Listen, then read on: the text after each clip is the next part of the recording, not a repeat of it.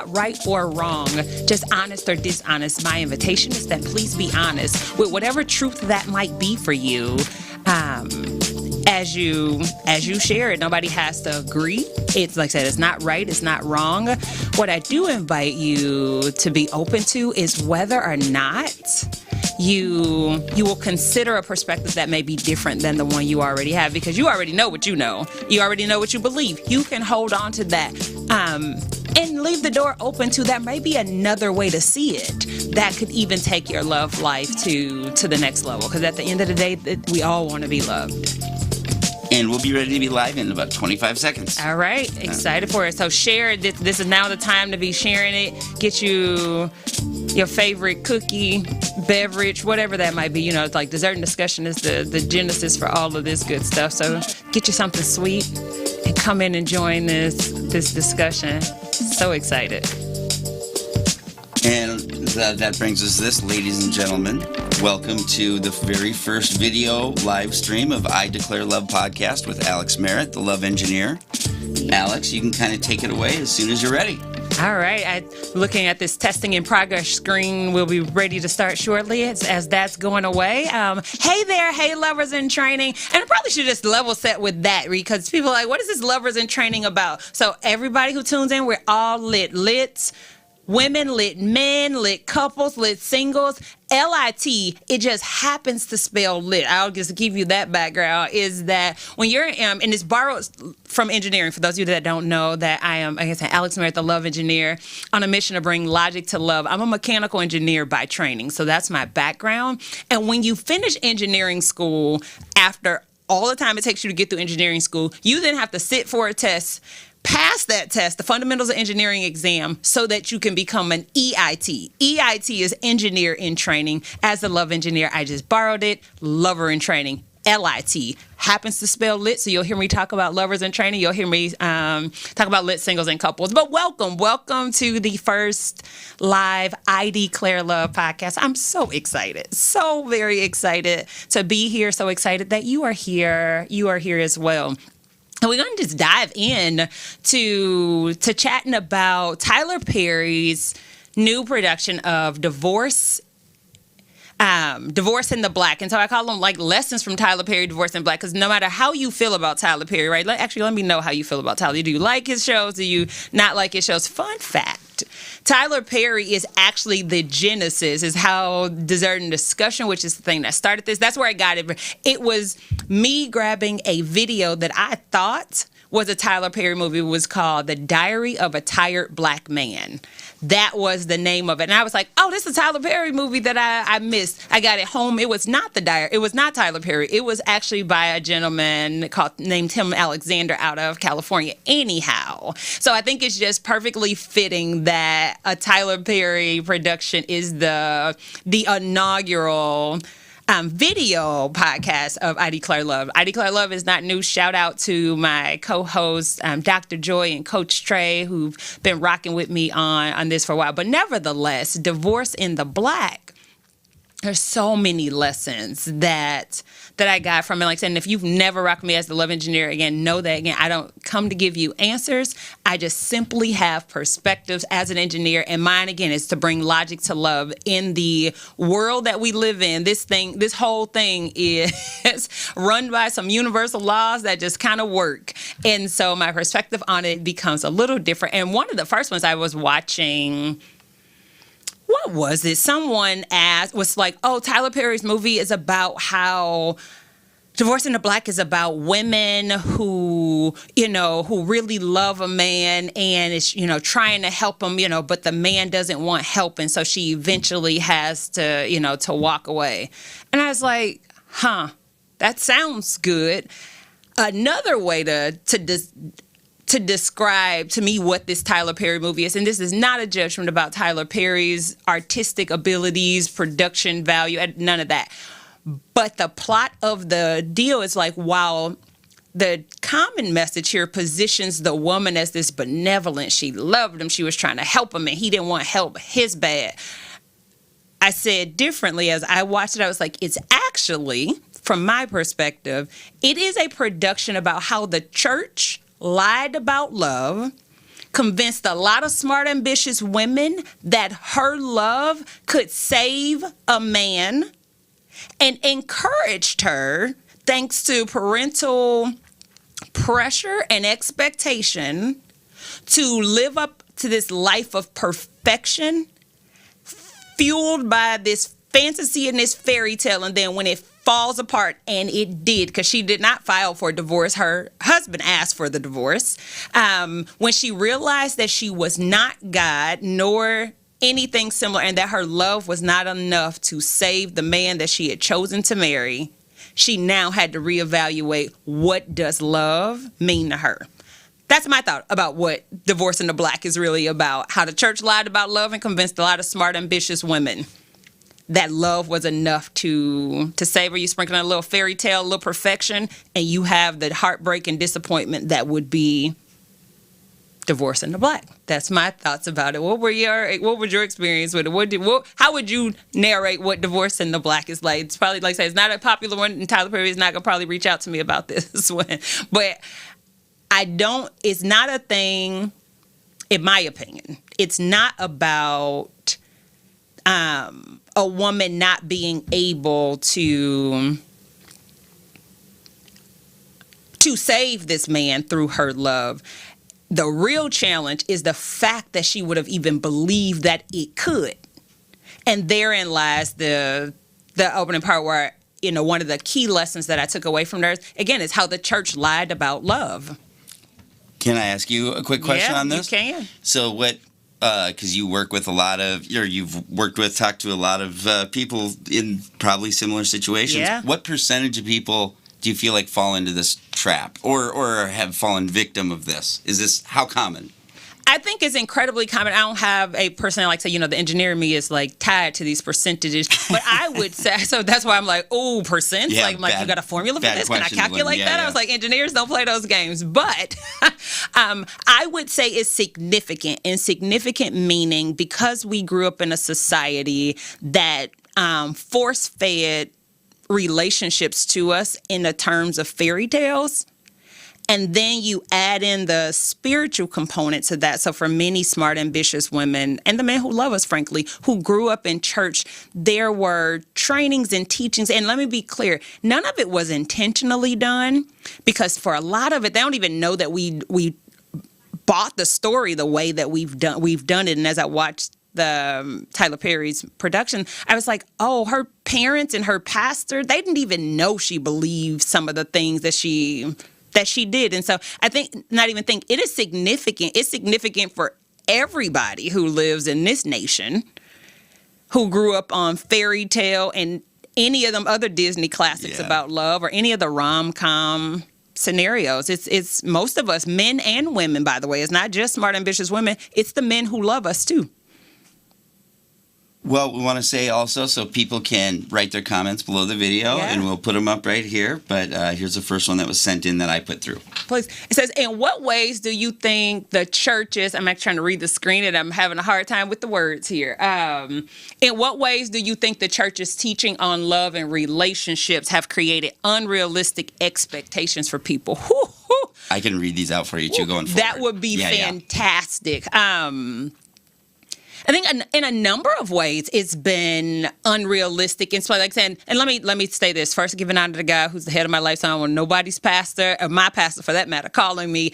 I love the Lord. I am one who chose to start going to church at 16. So my family I wasn't raised in church in that way. I chose church. And so so I always came to it, which I think is a unique position. I came to it with questions. My pastor will tell you, right, he would go home and pray after the vacation Bible school or after the revival class. That's what it was. He was like, I'd go home and pray, be like, Lord, just let me be able to answer Alex's questions, right? Because if you know nothing else about me, it is I have questions and my questions have questions. And so a number of the ways we take scripture, and for those who grew up in church, there's this sense of fear, and there's this sense of being good enough for God, essentially. So anyway, so the church's teachings, particularly about relationships, one is that it's, love is this end all be all. Like love is patient, love is kind, love is long suffering. That's probably the word. That is the word that when I think about Divorce in the Black, that set her up for the pain she endured, right? Because again, this notion of that love is long suffering. It's like, if I love them, then I am willing to suffer for a long time, which sets people up in all kinds of deals. And then the for better or worse factor, especially in the marital vows, this notion of no one talks about where the limits are in worse. And then Tyler Perry's in Divorce in the Black, after she shared kind of what was happening, or her mom got a hold of her friend's letter, was like, here's all the horrible things you've had to deal with. She thought she was supposed to do that because of the fact that she loved him. And so we have the church, in the name of God, has linked very unlinkable ideas, particularly around pain, particularly around abuse, particularly around satisfaction.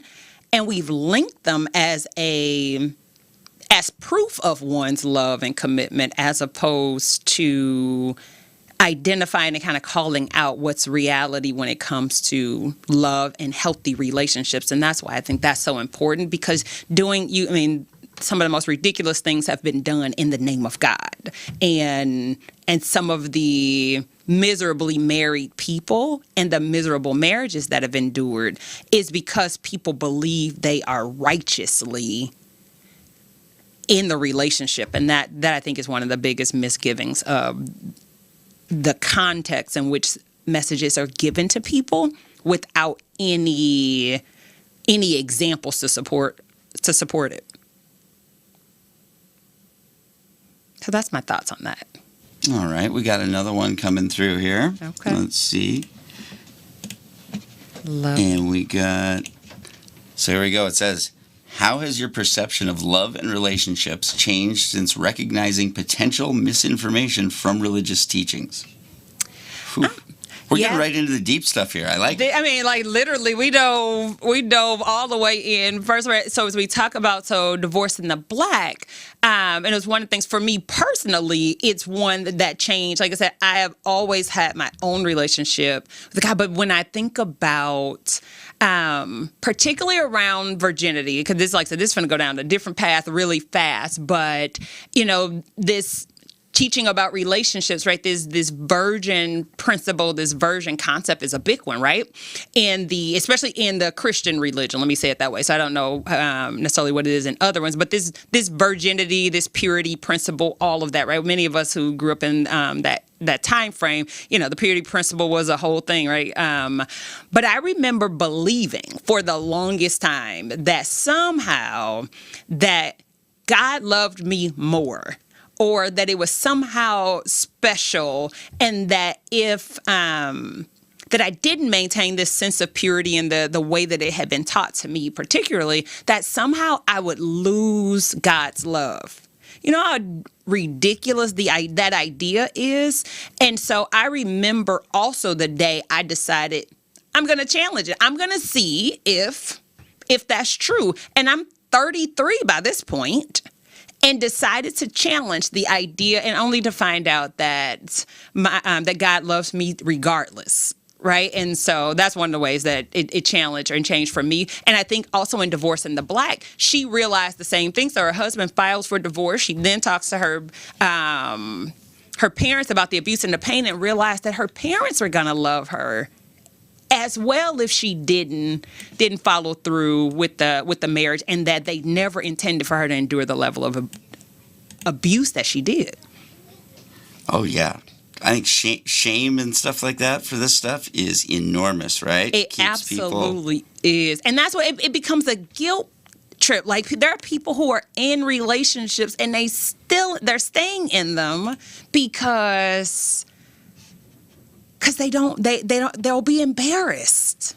Hey, this is speaking from someone who literally got married with the idea of like, well, what kind of guy would I be if I didn't marry her at this point? Because I kept her through her childbearing kind of, or like through the prime. I mean, it's just so Yeah, dumb. I took her primary, and in Divorcing the Yep. Black, that was the thing. Was like, I gave him my best years. It's like, first of all, if I'm not dead, my best years are in front of me.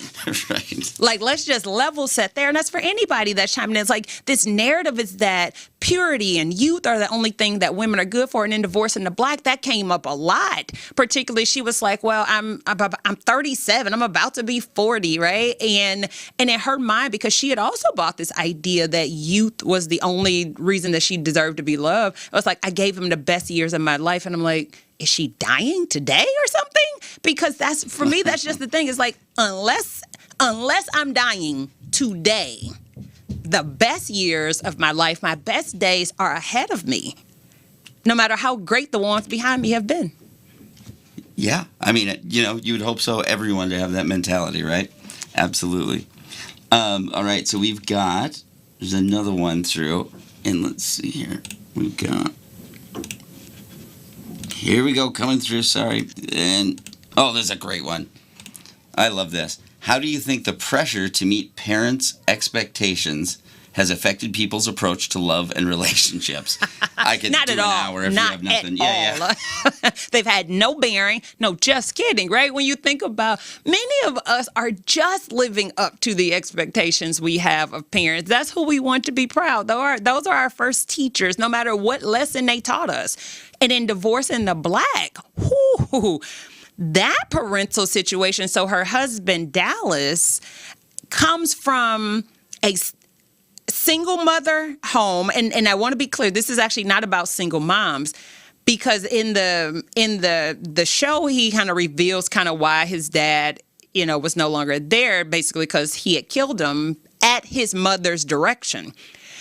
It is this reality that sometimes we are being raised by people who are mentally unstable. Like I said, I grew up in foster care, so I know, and I ended up in foster care because, again, I was born to a mentally unstable woman. But mothers, particularly Black mothers, are literally right next to Jesus in the way that the family holds them, and so, or society for that matter. So she can do no wrong, but their mother, particularly, like I said, her Dallas, Ava's husband, his family, the mom was the anchor, if you will, of the family. But more than that, she anchored some really dysfunctional beliefs and behaviors in her sons. So she raised all boys, and they were bearing the dysfunction in every level. And so the expectations, and so the mom ultimately did not like her, never liked her, right? She was never going to be there at the wedding. But the Ava, who's parental expectation, so you play out the parental expectation on her side, hers was, she saw this perfect parent who they had this long-term marriage. Her daddy treats her mother like a queen, and that's sometimes the challenge that people don't talk about, is that if you grow up without parents, the research, the literature, the reports are endless about the negative impact that creates on you because of that. What we don't talk about is the negative impact it creates if you grow up with the opposite. You now have this expectation that you're going to find a man like your daddy, that you're going to be the wife like your mother was going to be if you become a wife. And then you have to look as perfect as they do, because many people who grew up in loving two-parent households, they never saw their parents argue or fuss or get upset with each other. And so their expectation became that in relationships, that you're not supposed to argue and fuss and get upset with each other if you really love them. Well, what they don't know is that their parents were arguing in the bedroom behind closed doors. Or I even know parents that I have talked to who would argue in the car away from their children. So they literally set up this false ideology of what a healthy relationship is, when the truth is they were actually lying to these children about what a healthy relationship looked like. Because it does involve conflict. It always does. It's just how you navigate that. And so you get this false expectation because you didn't get to see the whole reality of what your parents were experiencing.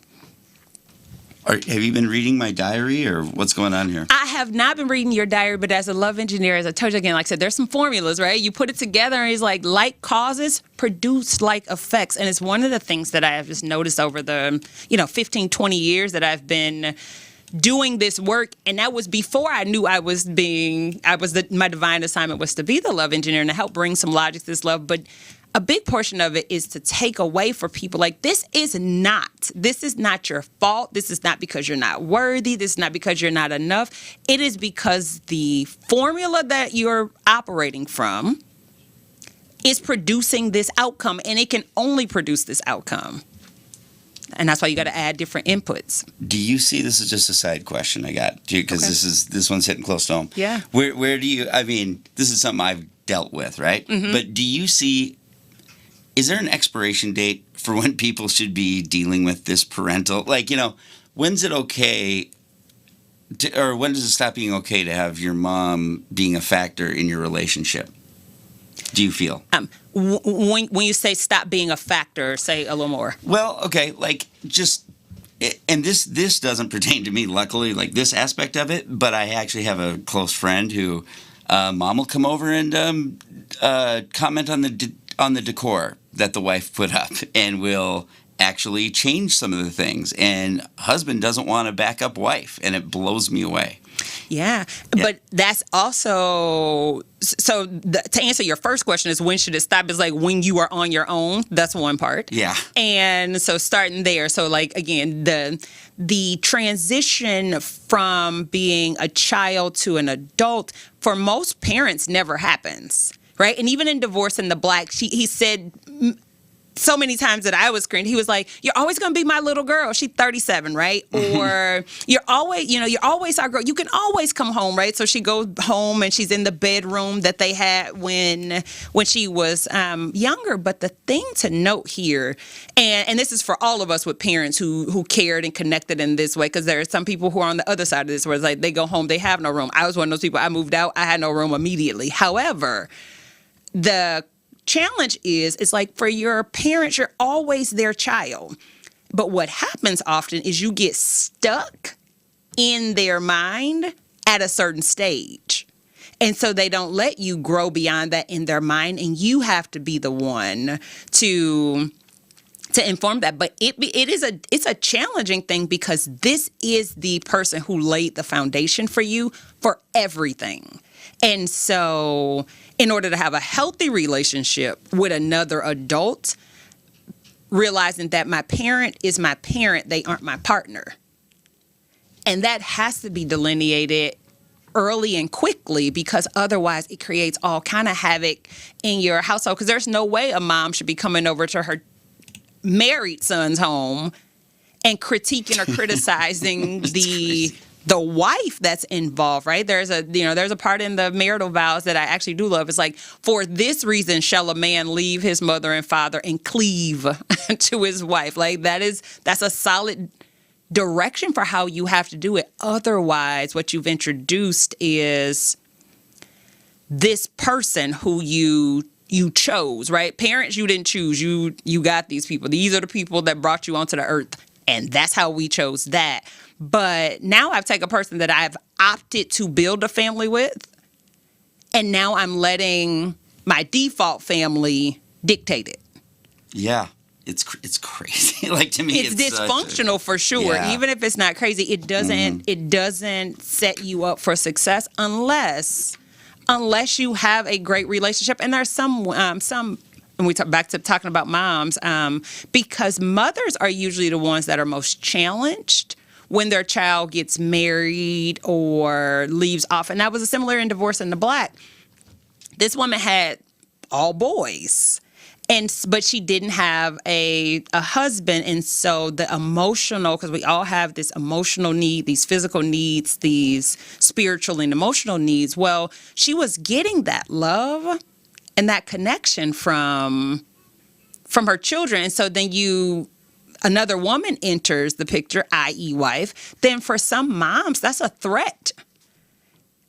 Oh, yeah. And she's going to lose love. So she tries her best to continue to keep her position as the most important woman in in her child's life, which is, again, dysfunctional on every level. I don't care how this shakes out. That is dysfunctional. And if you want to have a healthy relationship with, again, a smart, ambitious woman, if you're a guy, you have to be able to know that choosing, and choosing is probably the wrong word because nobody wants to me, because again, if given a choice between the woman that gave me life and the woman I am building a life with, most rational people are going to choose the woman that gave me life. Like that only makes sense.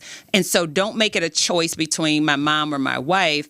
Realize that, again, it's a commitment to building a solid, healthy relationship with my wife and giving her the respect she needs and honoring my mom as my mom, and realizing that these two are not in conflict.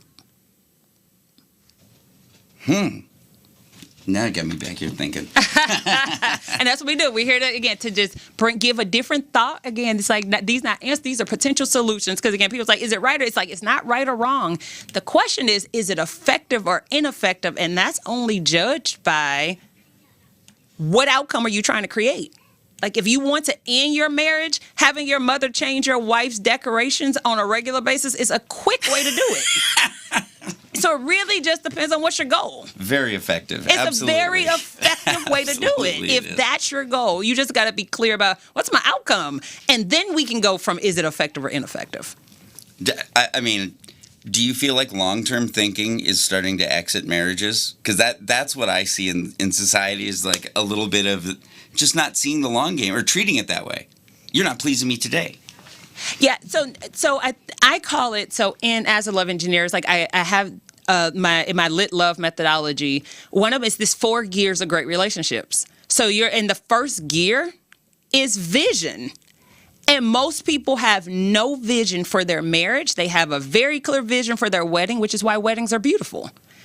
Oh, yeah. But they have no vision for the marriage, and we've misunderstood because, again, we all grew up on this steady diet of, boy meets girl, they get married and live happily ever after with no follow-up for what happens after the wedding.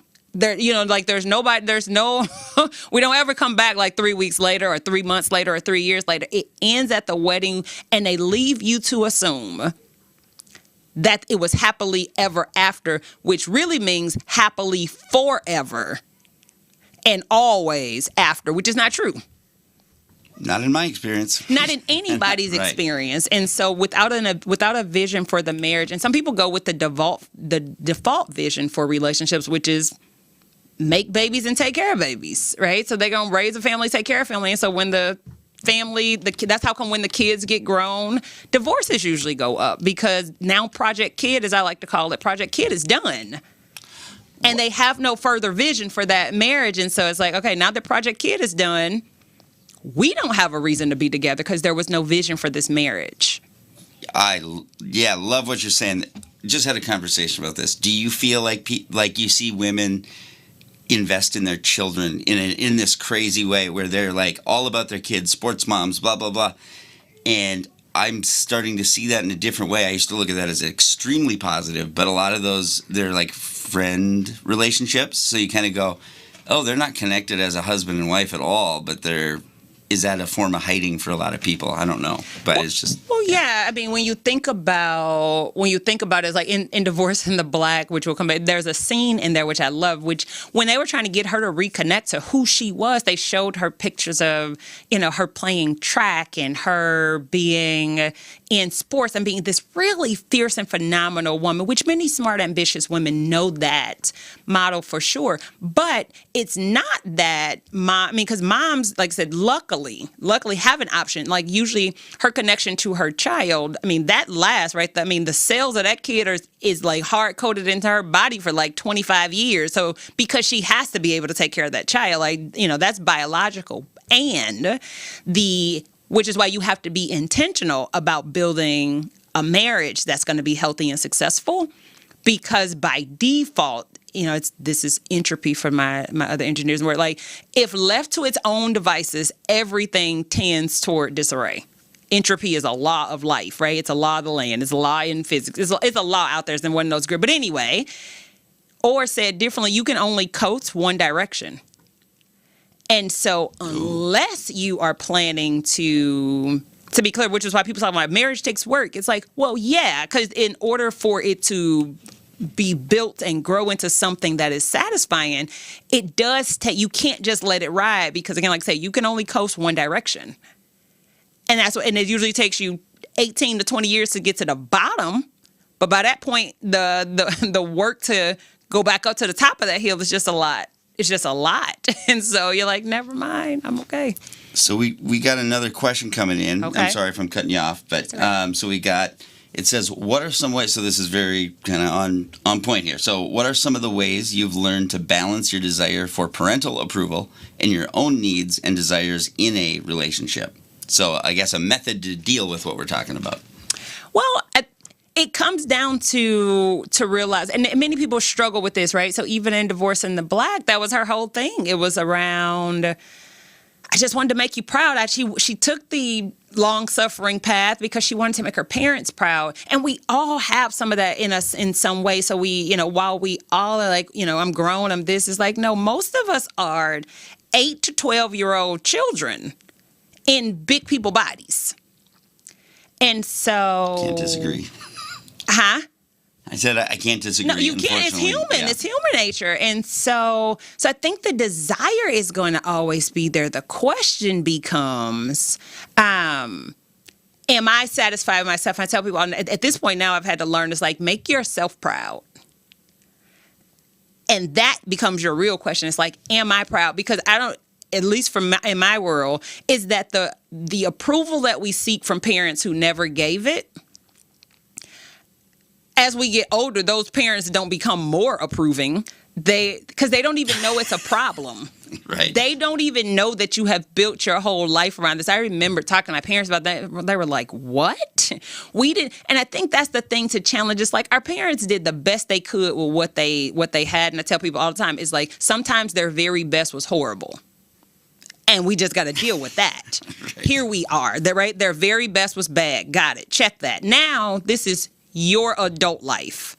And you have to take care of that kid within you that needs the love, the support, hug yourself, tell yourself you're wonderful. You can be the praise person or the cheerleader that you have. And I literally have had to start doing this, many years ago, looking at me like, good job, girlfriend. Good job. And the fascinating thing is it works the same. It works the same? Yeah, so if you can get in the habit of genuinely looking at yourself and be like, good job. You did great with that. I love you. You can start to give little you the same support that you needed. You can do that. And you may have to do that because many people as parents are never going to do it. They don't even realize that there is a problem. And even if they do realize a problem, parents are not willing to take usually blame or fault or like I said, but at this point, you're an adult. And as a mentor used to say to me, it's like, this isn't your fault, but this is your problem. Oh, that's awesome. So how do you now take responsibility for solving the problem to be able to live a life you love? Because that's now you. Yeah. I guess that's another dynamic you see in relationship stuff, and I'm curious if you deal with this a lot. I guess, I don't know when you're seeing people a lot in the process, if they're couples who are, if it's singles, couples. Usually smart, ambitious women is my primary, so I serve single sisters who are looking for love and just frustrated with modern dating. Okay. Do you feel like you see a lot of the whole... This is what I hear from people who are divorced around me, because I'm a divorced guy, so everyone comes to you, right, like for some guidance as if I have any clue. Yeah.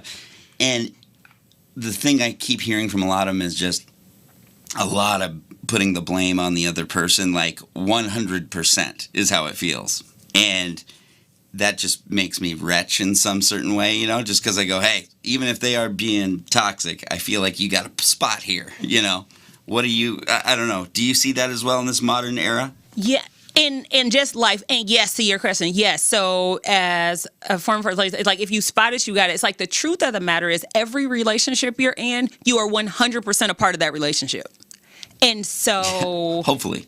Not even hopefully. Even if you're not, you are 100% a part of it. So whether or not you're present for it or whether or not you're being your best self, now that's your choice. But you're in it no matter how you feel about it. And relationships are just reflections. And so people are mirroring back to you something about you all the time. And so even in Divorce in the Black, right? So for all the frustration we can call out about Dallas, right? He was abusive. He was not supportive. He was, toxic and da-da-da. But if you listen to Ava, and this is going to be unpopular for some, it's like, but her position was she wasn't good enough, that she needed to love him to get better. So she didn't choose a man that was already at the level she desired or deserved. She picked a man that she thought she had to fix in some way. And which speaks to how she felt about herself. She picked a man that reflected back to her that once she got older, she wouldn't be enough, or she wasn't good enough, or she wasn't worthy. He reflected back to her what she already felt about her. And that's often what we don't choose to understand and identify. And so I tell clients for sure, it's like, whatever you are experiencing in your relationship, ask yourself, what do they come to teach me? What is this reflecting back to me? Because always, in all ways, it's reflecting something back to you where it's like, oh no, well, I'm not abusive to myself. You might not be physically abusive to yourself, but if I could run a ticker tape of the things you say to yourself or about yourself in your mind, it is usually really bad. That's abusive. It's verbally abusive. In your case, it might be mental abuse, right? And so the other person in the relationship just plays it out. So there are no victims in relationships, only volunteers. Like somehow you volunteered to be a part of that relationship and you stayed for whatever reasons, because as much as we don't like to admit it, it's like there is something about this that I actually think I deserve. Absolutely. I got another question coming through. Oh, we got them coming in. So we've talked about Divorce in the Black. We've talked about church and parents' expectations and and I love that. And so we can go through a couple more. But thank y'all for engaging and for chiming in. Let me know your thoughts, what you're experiencing. And thank you for the free therapy. But yeah, I was like, I'm gonna invoice you. So here's the one. But no, right, we appreciate exactly. you. This is going to be a push every week. All right. So it says, can you recall a time when striving for perfection in your relationship led to conflict or dissatisfaction? Oh, every time, because I am a recovering perfectionist who was, again, raised like Ava in the story, in the sense of, and again, this is another one where it's again, we can't blame the parents for our interpretation of their expectations. Oftentimes we never even check with them. So yes, similar, like, growing up with, being criticized from everything from making the bed to washing the dishes to sweeping the floor. Like I don't like sweeping the floor to this day because mom be like, you holding the broom wrong. By the way, that's how come many men don't help around the house, or not even help, that he doesn't do chores and things of that sort, because wives criticize husbands for doing the thing that they're doing just because they don't do them like they do it. But where she got that from is usually a mom who felt it her responsibility to critique this child, and essentially which built up this idea in her mind that she's not enough. She's not good enough. She can't do it right. So nevertheless, then you show up to relationships, and what you don't realize you're doing is attempting to make this other person perfect so they can't criticize you. And nobody, it doesn't feel good. It doesn't feel good. And then Ava's thing, she was like, I just thought I could help him. I'm trying to, love him. It's like, no, if there's something about me you feel like needs to be better, you don't like me. You don't love me for me. You love me for the idea you have in your mind of who I can become. And that doesn't feel good to anybody, even if you right. That if they would just start doing this, it's like you're not their maker. You're not their source. And so for you to suggest that they could be better. And so I did it many times in relationships again. And I've dated some really amazing guys. And things like, oh no, we gotta say this, do this, wear this, because at the end of the day, if I'm double clicking into it, it was me not wanting to be criticized or judged or really didn't want them to be criticized or judged. And so my thought was, if I say something, because I love them, then it's going to be taken better. But it's not. It really just is not. And so many people are dating their imagination, or as I like to call it, married to make-believe. They've made up in their mind how something should be, and then they work their whole time to make it fit the image in their head. The only problem is nobody knows the script and nobody has seen the way it ends, except the person whose imagination it is. And so yeah, it destroys relationships every time, whether you speak it or it's unspoken. People can feel that if you're trying to make them something, even if you're trying to make them something better in your imagination. It's like, think about how you became the person that decided what's better for another person. And it becomes a bit of a challenge. And in Divorce in the Black, that came up a lot. Like, her intentions were right, but her impact was different. And many smart, ambitious women do that. And that's how come, again, I'm excited about this Unlock the Love You Deserve masterclass is coming up on the 24th at BeTheOneLove.com for that reason, because so often, so much of what we've been trained, so much of what we've been taught to do, while on the surface it sounds good, it's like, nope, it leads you to the same outcome that Ava got in Divorce in the Black. And even as she gets ready to go into a relationship with the new guy who comes in, because, again, attracting men is not difficult, as evidence in this, but being able to build a healthy relationship that lasts, that requires some skills. It requires you unlearning some limiting love beliefs. It requires you being open to the ways you don't love or that you feel unworthy or undeserving in yourself. And so I invite you to join me again for the exclusive masterclass, BeTheOneLove.com, to sign up for Smart, Ambitious Women. Fellas, I'll have something for y'all in a little bit, but for this one, I do invite you to join. If you want to go deeper and if there's anything that's been said on this, if you know that you deserve love, like I said, you're frustrated with modern dating, and you know that you've done all the vision boards, you've prayed every prayer you can think of, and nothing has worked. It's not because you're not good enough. It's not because God don't like you or didn't love you. And to prevent you from having to figure out how to be divorced in the black, like I said, join me at Unlock the Love You Deserve. You can register today at BeTheOneLove.com. Awesome. Anything else you want to promote? No, I really super excited about this. Again, thanks, Gabe, for this. Thank you all for chiming in. I really love this. If there's topics you want to hear me as a love engineer share a thought, like I said, because if nothing else, what I do know is that I have a unique perspective as the love engineer. And be clear, I'm not on the side of men or women. So whether you're a lit woman or a lit man, I love you. I'm not on the side of men or women. I'm on the side of love. I fully believe that love is the answer to all of the problems that our society has. And if we learn how to love like any other force on this earth, if you learn how to use it and apply it, you can do amazing things. And so grow in love. Thank you.